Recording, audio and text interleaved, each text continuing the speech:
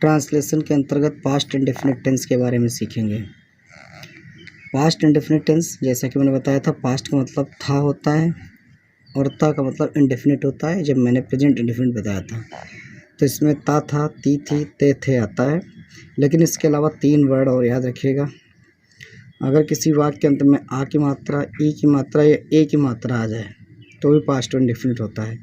Example के लिए जैसे वह घर गया, गया में आ की मात्रा आ रही। इसी तरह वह घर गई, वे घर गए, तो आ, ई, ए की मात्रा भी आ जाए तो पास्ट इंडेफिनिट टेंस होता है।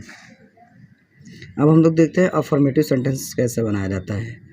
अफर्मेटिव सेंटेंस में का फार्मूला होता है, पहले सब्जेक्ट लिखेंगे, फिर वर्ब की सेकंड फॉर्म, फिर प्लस ऑब्जेक्ट। तो ये ध्यान रखिएगा, पास्ट इंडेफिनिट में ही वर्ब की सेकंड फॉर्म लगती है और किसी टेंस में नहीं लगती है। एग्जाम्पल समझते हैं। मैं इस घर में रहता था।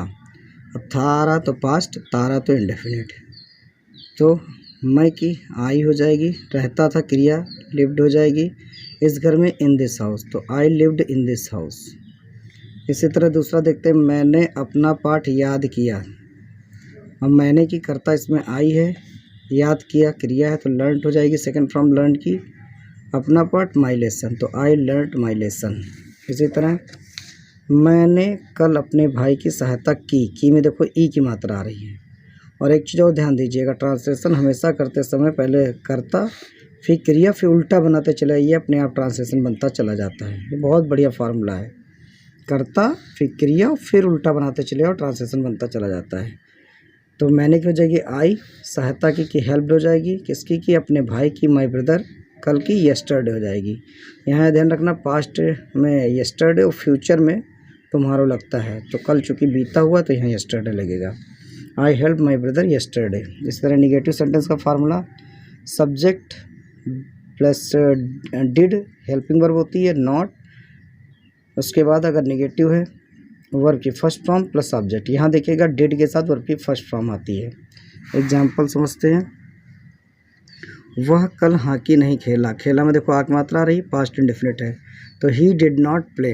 अब यहाँ पे ही करता हो गया, डिड सहायक क्रिया हो गई, not play, he did not play hockey yesterday. चपरासी ने घंटी नहीं बजाई, बजाई में देखो ई की मात्रा आ रही है तो पास्ट इंडेफिनिट है, तो the peon did not ring the bell.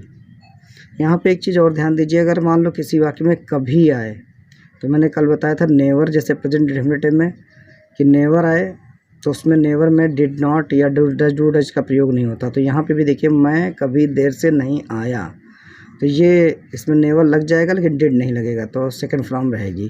तो मैं कभी देर से नहीं आया तो इसका हो जाएगा आई नेवर केम लेट। अब इंट्रोगेटिव देखते हैं।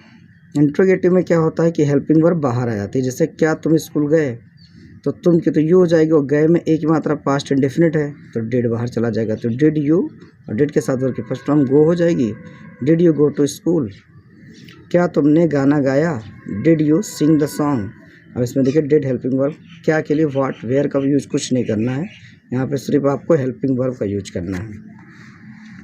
अगर मान लो किसी वाक्य में क्वेश्चन वर्ड बीच में है, जैसे इस सेंटेंस में देखो वह कल कहाँ गया, तो हमने बताया था पहले भी कि कहाँ की सबसे पहले क्वेश्चन वर्ड की बना लेंगे वेयर, वह की स्पेलिंग ही हो जाएगी, उसके अकॉर्डिंग डिड आ जाएगा यहाँ पे, तो where did he go yesterday.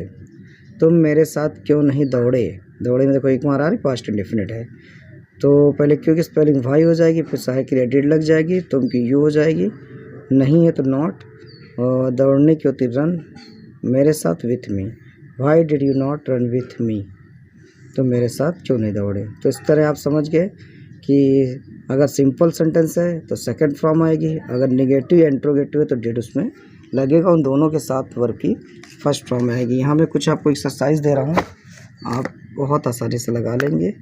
ये एक्सरसाइज है, ये आप लोग लगा लीजिएगा, कोई ना है तो कमेंट करके पूछ लीजिएगा। Okay, thank you.